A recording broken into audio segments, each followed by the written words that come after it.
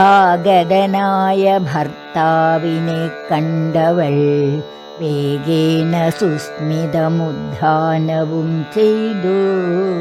കാഞ്ചനപാത്രസ്ഥമായ തോയം കൊണ്ടു വാഞ്ചയാതൃക്കാൽ കഴുകിച്ചു സാദരം. മന്ദാക്ഷമുൾക്കൊണ്ടു മന്ദസ്മിതം ചെയ്തു സുന്ദരി മന്ദം മന്ദം പറഞ്ഞിടിനാൾ. ആരുമകമ്പടി കൂടാതെ ശ്രീപാദചാരേണ വന്നതുമെന്തു കൃപാനിധേ. വാരണവീരനെങ്ങു മമ വല്ലഭ ഗൗരാദപത്രവും താലവൃന്ദാദിയും ചാമരദ്വന്ദ്വവും വാദ്യഘോഷങ്ങളും ചാമീകരാഭരണാദ്യലങ്കാരവും സാമന്തഭൂപാലരെയും പിരിഞ്ഞതിരോമാഞ്ചമോടെഴുന്നള്ളിയതെന്തയ്യോ.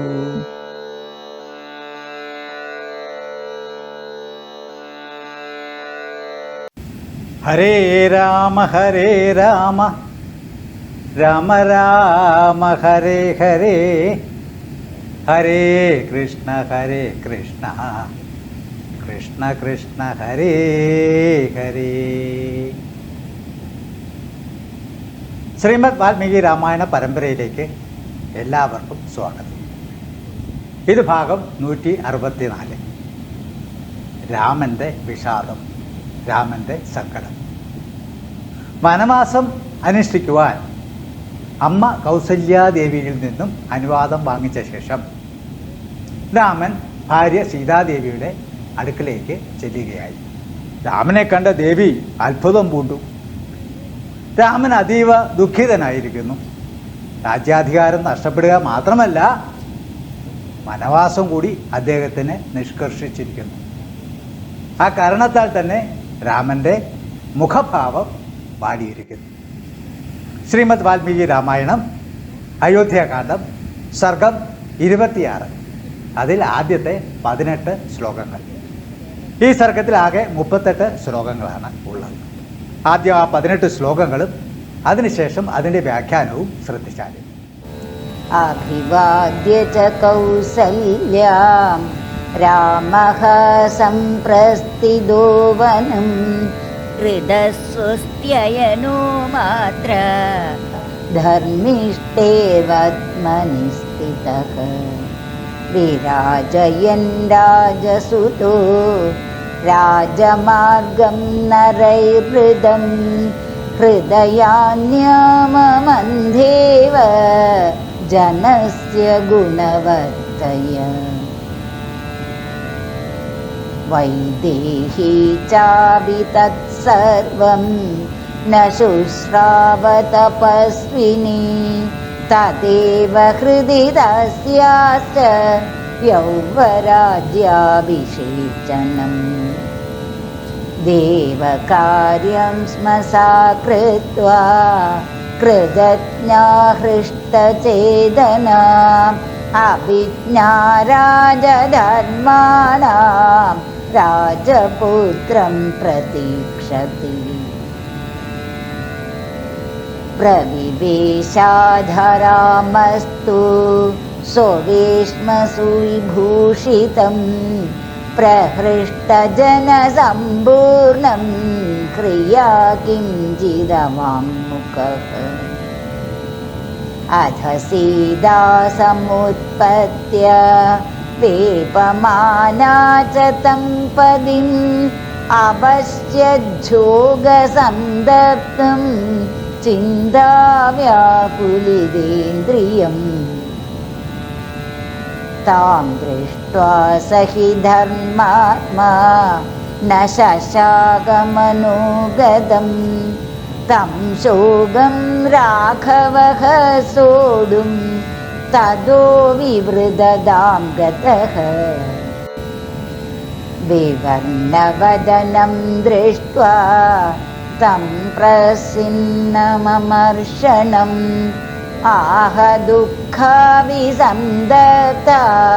किमिदानीमिदं प्रभो अद्य बार्हस्पद श्रीमान् उक्तः पुष्योऽनुराघव प्रोच्यते ब्राह्मणै प्राज्ञै केन त्वमसि दुर्मनः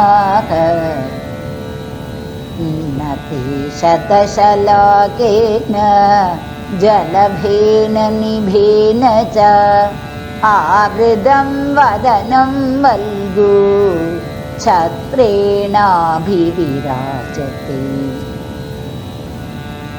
व्यजनाभ्यां च मूर्ध्याभ्यां शतपत्रनिभेक्षणं चन्द्रहंस प्रकाशाभ्यां विद्यते न तवाननम् वाग्मिनो वन्दिनश्चापि प्रहृष्टास्त्वां नरर्षभ स्तुवन्तो नाद्य दृश्यन्ते मङ्गलैः सूतमागताः न ते क्षौद्रं च दधी च ब्राह्मणा वेदपारगाः मूर्ध्नि मूर्धाभिषिक्तस्य दधति स्म विधानतः नत्वा प्रहृदयः सर्वा श्रेणीमुख्याश्च भूषिताः अनुव्रजितुमिच्छन्ति पौरजानपदास्तथा चतुर्भिर्वेगसम्पन्नैः हयैकाञ्चनभूषितैः मुख्यः पुष्यरथो युक्त किं न गच्छति ते क्रतः न हस्ते चाग्रद श्रीमान् तव लक्षणपूजितः प्रयाणे लक्ष्यते वीर कृष्णमेघगिरिप्रभः न च काञ्चन चित्रं ते पश्यामि प्रियदर्शन भद्रासनं पुरस्कृत्य यान्दं वीरपुरःसरम् अभिषेको यदा सज्जः किमिदानीमिदं तव अपूर्वो मुखवर्णश्च न प्रहर्षश्च लक्ष्यते മാത്രാകൃത സ്വത്യേനഃ മാതാവിനാൽ സ്വസ്തനം ചെയ്യപ്പെട്ട് അതിനെപ്പറ്റി നമ്മൾ വളരെ വിശദമായി കേട്ട് കഴിഞ്ഞു. കൗസല്യാം അഭിവാദ്യ കൗസല്യയെ തൊഴുത് വണങ്ങി നമസ്കരിച്ച് വനം സംപ്രസ്ഥിത രാമഃ വനത്തിലേക്ക് പുറപ്പെടുന്നവനായ രാമൻ ധർമ്മിഷ്ഠേ വർത്മനി സ്ഥിതഃ ച ധർമ്മമാർഗത്തിൽ തന്നെ സ്ഥിതി ചെയ്യുന്നവനായിരുന്നു. രാജഹ സുത രാജാവിൻ്റെ പുത്രൻ അതായത് രാമൻ. നരൈഹി വൃതം രാജമാർഗം ജനങ്ങളാൽ നിറയപ്പെട്ട രാജമാർഗത്തെ വിരാജേൻ വിരാജിക്കുന്നവനായി അല്ലെങ്കിൽ ശോഭിപ്പിക്കുന്നവനായി ഗുണവത്തയ ജനസ്യ ഗുണവൈശിഷ്യം കൊണ്ട് ജനങ്ങളുടെ എല്ലാം ഹൃദയാനി ഇവ അമന്മഥ ഹൃദയങ്ങളെല്ലാം കവർന്നു. തപസ്വിനി വൈദേഹി അഭി തപസ്വിനിയായ വൈദേഹി ശ്രുശ്രാവന നടന്ന സംഭവമൊന്നും അവരറിഞ്ഞിരുന്നില്ല. തത് യൗവരാജ്യ അഭിഷേചനം ഏവ നേരത്തെ തീരുമാനിച്ചിരുന്ന രാമന്റെ പട്ടാഭിഷേകം അത് മാത്രമേ ഏവ തസ്യാഹ അവരുടെ ഹൃദയിച്ച ഹൃദയത്തിൽ ഉണ്ടായിരുന്നുള്ളൂ. അവരെ സംബന്ധിച്ചിടത്തോളം രാമന്റെ അഭിഷേകം മാത്രമേ മനസ്സിലുണ്ടായിരുന്നു. കൃതജ്ഞ രാജധർമാണാം അഭിജ്ഞാസ വളരെ മര്യാദക്കാരെയും കൃതജ്ഞതയുള്ളവളും രാജധർമ്മങ്ങളെ എല്ലാം നന്നായി അറിയുന്നവളുമായ ആ സീതാദേവി ഹൃഷ്ടചേതന വളരെ സന്തുഷ്ട മനസ്സോടുകൂടി ദേവകാര്യം കൃത്വ ദേവകാര്യങ്ങളെല്ലാം ചെയ്ത് രാജപുത്രം പ്രതീക്ഷതേ സ്മ രാജപുത്രനായ ഭർത്താവായ രാമനെയും പ്രതീക്ഷിച്ച് ഇരിക്കുകയായിരുന്നു. വെൺകൊറ്റക്കൊട, വെഞ്ചാമരം, സ്വർണ്ണസിംഹാസനം എന്നിങ്ങനെ രാജാവിന് യോജിച്ച ഭൂഷണങ്ങളോടെ പ്രതീക്ഷിച്ച് സീതാദേവി ഇരിക്കുകയായിരുന്നു. അഥ രാമാതു, ആ സമയം രാമനാകട്ടെ സുവിഭൂഷിതം പ്രകൃഷ്ടജനസമ്പൂർണം സ്വവേഷ്മ, നന്നായി അലങ്കരിച്ച വളരെ സന്തോഷവാന്മാരായ ജനങ്ങളോട് കൂടിയ സ്വവേഷ്മ, സ്വന്തം വേഷ്മയിലേക്ക്, സ്വന്തം കൊട്ടാരത്തിലേക്ക് കിഞ്ചിത് ഹ്രിയ അവാഗ്മുഖ പ്രവിവേശ, സ്വല്പം തലകുനിച്ച ലജ്ജയോടുകൂടി അദ്ദേഹം ഉള്ളിലേക്ക് പ്രവേശിച്ചു. രാമനെ സീതാദേവി കണ്ടു. അഥ സീതാ സമുത്പത്തിയ, അത് കണ്ട ഉടൻ തന്നെ സീതാദേവി തൻ്റെ ഇരിപ്പിടത്തിൽ നിന്നും എഴുന്നേറ്റു. ശോകസന്തപ്തം ചിന്താ വ്യാകുലിത ഇന്ദ്രിയം, ശോകസന്തപ്തനായി ഉത്കണ്ഠയാൽ കലങ്ങിയ ഇന്ദ്രിയങ്ങളോട് കൂടിയവനായി താമ്പതിയെയും അവശ്യത്, ശോകസന്തപ്തനായ ഭർത്താവിനെ സീതാദേവി കണ്ടു. ച വേപമാന, അത് കണ്ടപ്പോൾ അവരുടെ മനസ്സ് പ്രക്ഷുബ്ധമായി. ധർമാത്മാസ രാഘവ, ധർമാത്മാവായ ആ രാഘവൻ താൻ ദൃഷ്ടാഹി, അവളെ കണ്ട ഉടനെ മനഃ ഗതം തം ശോകം സോടും ശശാകന, മനസ്സിലുണ്ടായിരുന്ന ആ സങ്കടം ഉണ്ടല്ലോ, ശോകം, അത് അദ്ദേഹത്തിന് സഹിക്കാൻ കഴിഞ്ഞില്ല. തതഹ, അതുകൊണ്ട് വിവ്രതതാം ഗതഹ, മനസ്സിലെ ദുഃഖം കാണിക്കുന്ന രീതിയിലുള്ള ചേഷ്ടകൾ കാണിക്കുവാൻ തുടങ്ങി. മുഖമൊക്കെ മങ്ങി, മുഖം വിവർണമായി എന്ന് തന്നെ പറയാം. വിവർണവദനം അമർഷണം പ്രസ്വിന്നം, മുഖമെല്ലാം കരുവാളിച്ച രീതിയിലാണ് ഇരിക്കുന്നത്. അമർഷമാണ് സഹിക്കാൻ വയ്യ, ശരീരമാണെങ്കിൽ വേർത്തു കുളിക്കുന്നു, അതാണ് പ്രസ്വിന്നം. താൻ ദൃഷ്ട്വ, അങ്ങനെയുള്ള ആ രാമനെ കണ്ടിട്ട് സുഖ അഭിസന്തപ്ത ആഹ, വളരെ ദുഃഖത്തോടു കൂടി ദുഃഖസന്തപ്തിയായി സീതാദേവി ഭർത്താവിനോട് ചോദിച്ചു, പ്രഭു ഇതാനീം കിം ഹിതം, ഈ സമയത്ത് എന്താ ഇങ്ങനെ, അഭിഷേക സമയത്ത് മുഖം കരുവാളിച്ച് എന്താണ് ഇങ്ങനെ വന്നിരിക്കുന്നത്? മനസ്സിൽ എന്തു പറയും എന്നായി രാമൻ. അഭിഷേകം നിർണയിക്കപ്പെട്ട ഈ ദിവസത്തിൽ രാമൻ എന്തിനു സങ്കടം എന്നാണ് സീതാദേവിയുടെ ചോദ്യം.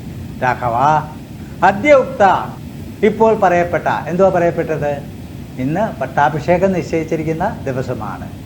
അതും ബാർഹസ്പത പുഷ്യ, ബൃഹസ്പതി ദേവനായിട്ടുള്ള പൂയം നക്ഷത്രത്തിൽ ശ്രീമാൻ ഐശ്വര്യത്തെ പ്രദാനം ചെയ്യുന്നതാണെന്ന് പ്രാജ്ഞൈഹി ബ്രാഹ്മണൈഹി, വിചക്ഷണന്മാരായ ബുദ്ധിമാന്മാരായ ബ്രാഹ്മണരാൽ പ്രോച്യതേനു, പറയപ്പെടുന്നുണ്ടല്ലോ. പിന്നെന്താ അങ്ങയുടെ മുഖം ഇങ്ങനെ വാടിയിരിക്കുന്നത്?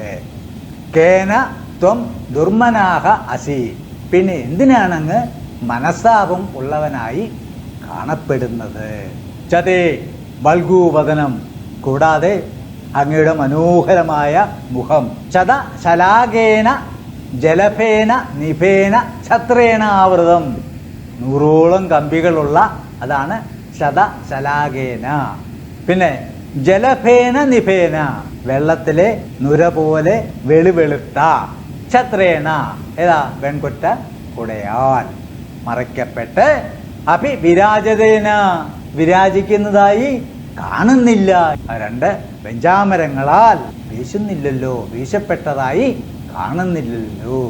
തവ ശതപത്ര നിഭ ഈക്ഷണം, അങ്ങയുടെ കമലദളത്തെ പോലെ വിടർന്ന കണ്ണുകളോടെ ചന്ദ്രഹംസ പ്രകാശാഭ്യാം ആനനം, ചന്ദ്രനെയും ഹംസത്തിനെയും പോലെ വെളുവെളുത്ത് പ്രകാശിക്കുന്ന മുഖം. മുഖാഭ്യാം വ്യജനാഭ്യാം ച ബീജ്യതേ ന, മികച്ച 2 വെഞ്ചാമരങ്ങളാൽ വീശപ്പെട്ടതല്ലാതിരിക്കുന്നു. വാഗ്മിനഃ സൂതമാഗതാഹ, വാഗ്മികളും, വാഗ്മികൾ എന്ന് പറയുമ്പോഴത്തേക്ക് വിദൂഷകന്മാരെ ആയിരിക്കും ഉദ്ദേശിക്കുന്നത്. പിന്നെ സൂതന്മാരും ആഗതന്മാരും പ്രകൃഷ്ടാസ്ത്വാം മംഗളൈഹി സുവന്ദജ, സന്തോഷത്തോടെ അങ്ങയെ മംഗളസ്തോത്രങ്ങളാൽ സ്തുതിക്കുന്ന വന്ദിനാഭി, വന്ദികൾ പോലും അദ്യ ദൃശ്യന്തേന, കാണുന്നില്ലല്ലോ കൂട്ടത്തിൽ, അവരെല്ലാവരും എവിടെ പോയി? മൂർധ അഭിഷിക്തസ്യതേ, മൂർധാവിൽ അഭിഷേകം ചെയ്യപ്പെടേണ്ട അങ്ങയുടെ മൂർധനി ദധി ച ശൗദ്രം ച, അദ്ദേഹത്തിൻ്റെ തലയിലേക്ക് നോക്കിയച്ച് സീതാദേവി പറഞ്ഞു, ഇവിടെയല്ലേ അഭിഷേകം ചെയ്യേണ്ടത്, ആ അഭിഷേകം ചെയ്യേണ്ട ആ സ്ഥലത്ത് തലയിൽ അല്ലെങ്കിൽ ആ മുടിയിൽ തൈര് മധു അതല്ലെങ്കിൽ മംഗളതീർത്ഥങ്ങളൊന്നും കാണുന്നില്ലല്ലോ.